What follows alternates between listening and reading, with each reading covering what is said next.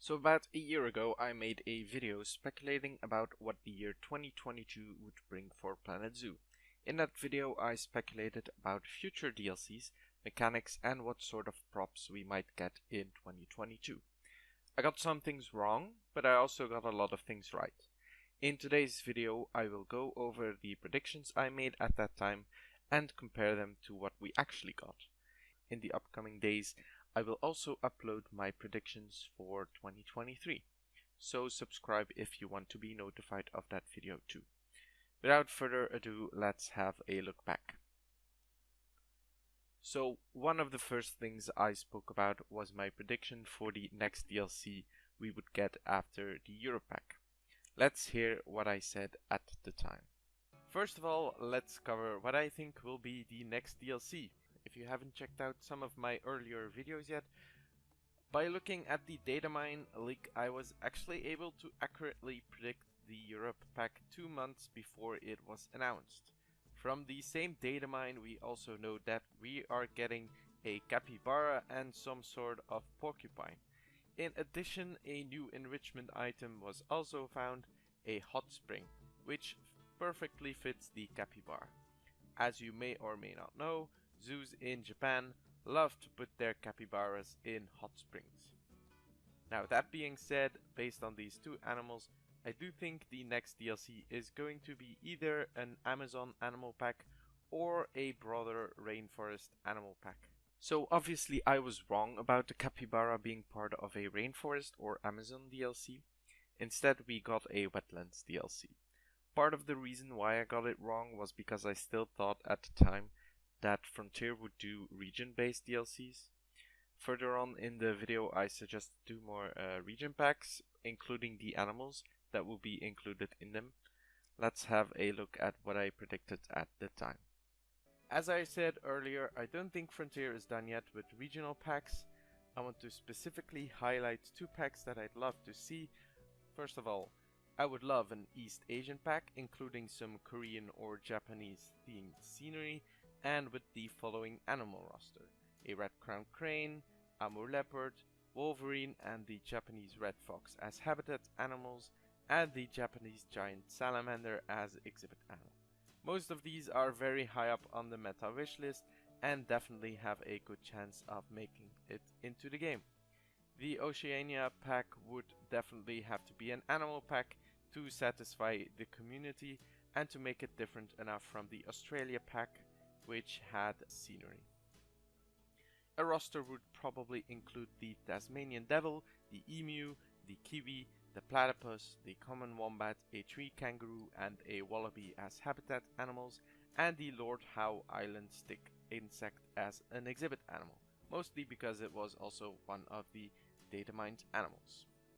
So again, I was obviously wrong about the regional DLCs, but I did get a lot of the animals right.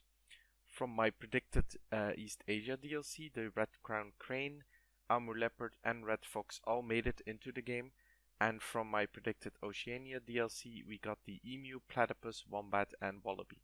So all in all I still did a pretty good job, even if the animals I predicted were spread among multiple different DLCs. I did get 2 packs right though. I correctly speculated that we might get a conservation pack and some sort of nocturnal themed DLC. Let's hear the clips. Besides regional DLCs, I can also see the introduction of broader themed packs such as biomes, or even centered around conservation like Zoo Tycoon's Endangered Animals expansion pack. Another general zoo theme that could be a great addition to the game would be nocturnal houses.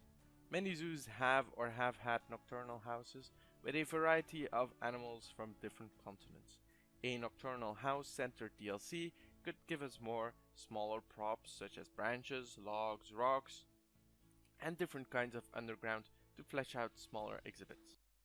I correctly predicted that Frontier would add brachiation, and I also speculated that Frontier would not introduce flying in an aviary DLC, but rather gradually introduce it by including 1 or 2 flying animals in each DLC, which we eventually got in the Twilight pack in the shape of a bat, and now with butterflies in the Grasslands pack. Let's listen to what I said a year ago. Speaking of the Lar-given, brachiation is something that Frontier has yet to add as an animal mechanic. We do already have the orangutan, which technically should brachiate but doesn't, and in addition there are tons of other animals that brachiate, such as gibbons, spider monkeys, and toddlers on playgrounds. Personally, I could see Frontier adding flying birds by the next DLC already, even if it isn't an aviary DLC. An Amazon animal pack could introduce one or two bird species, such as a blue and yellow macaw. If you think about it, it actually makes sense. A lot of people are afraid that an aviary DLC will not be enough to introduce enough animals into the game to have a somewhat complete aviary roster. The best solution to this would be to gradually add birds in other DLCs as well as having a DLC entirely focused on birds. If Frontier added flight in the next DLC, it would also give them some time to iron out any major bugs before publishing an entire DLC dedicated to aviaries and birds. Okay, with my previous predictions out of the way, let's review 2022 in terms of DLC. 2022 started off strong with the Wetlands Animal Pack, which added the most requested animal up to that point to the game, the capybara. The other animals were also quite popular and safe bets for an animal pack. The addition of the red-crowned crane caused a minor bird revolution in the modding scene, as it became much easier to create birds like storks, spoonbills, and cranes. In my opinion, it is up there as one of the better DLCs Frontier made in 2022.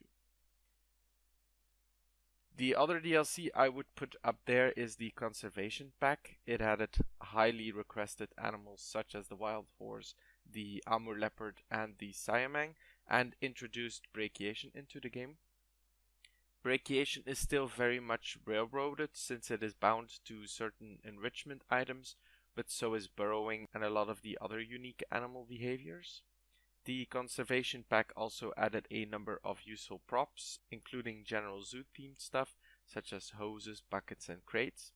This makes it one of the few DLCs which you have to buy if you want to make a realistic looking zoo. In October we got the Twilight Pack. To be honest, I thought the pack was a bit lackluster, lacking big names and generally being not ambitious enough with the theme. In my predictions, I had hoped for a nocturnal theme pack, and in essence, the Twilight pack follows this exact theme. However, it felt more like a Planet Coaster DLC than a Planet Zoo one. Most of the theming was inspired by Halloween and animals which you might find scouring in your dumpsters at midnight. The only animal I see myself really using in any of my zoos is the wombat. The idea of a Twilight pack would have been perfect to introduce nocturnal animals such as the aye-aye, the kinkajou, some type of loris, the Tasmanian devil, and maybe even some type of owl. The wall and roof sets are great additions, however compared to the Euro pack, the props of the Twilight pack are lacking in diversity and usefulness. Since a lot of the props in this pack don't really add to the game in my opinion, I think the Twilight pack might have been better if it was an animal pack. My biggest issue with this pack, however, is the bat. The manner in which the bat is bound to a 12 by 20 meter box is concerning for future flying animals.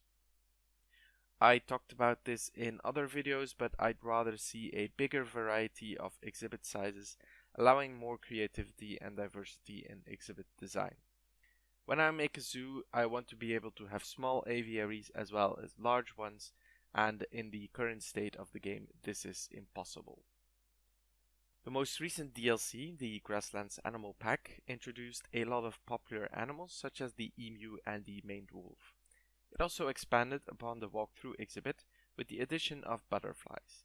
In my opinion, the Grasslands pack is a pretty solid animal pack. By now, it's clear that the walkthrough exhibit thing will be how they will introduce birds to the game. While not the most perfect mechanic, I think most people will be happy with the implementation no matter what.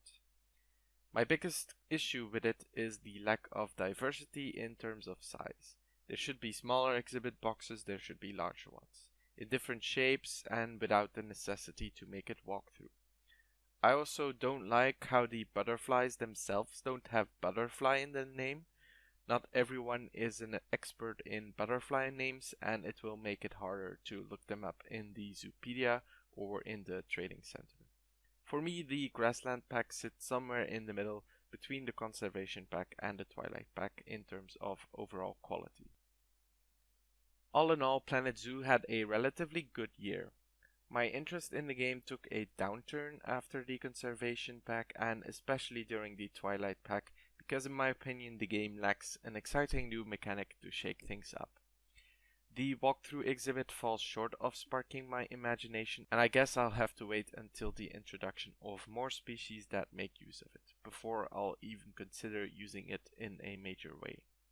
Frontier also hasn't changed their standard formula for DLCs yet, which is understandable from a marketing perspective, but leaves many people, including me, wanting a bit more from their DLCs. Paying €10 for 5 or 8 animals is starting to get old. Any other gaming community would be up in arms about the lack of content in DLCs. Personally, I wouldn't mind paying a bit more and waiting a bit longer for bigger DLCs that introduce more mechanics to the game. I'm interested to see what 2023 will bring for Planet Zoo and whether we'll get any surprises from Frontier or not. If you're interested in my predictions for 2023, be sure to subscribe so you'll get notified when I upload my speculation video. Thank you for watching, I hope you enjoyed this video, and I hope I'll see you in the next one. Bye!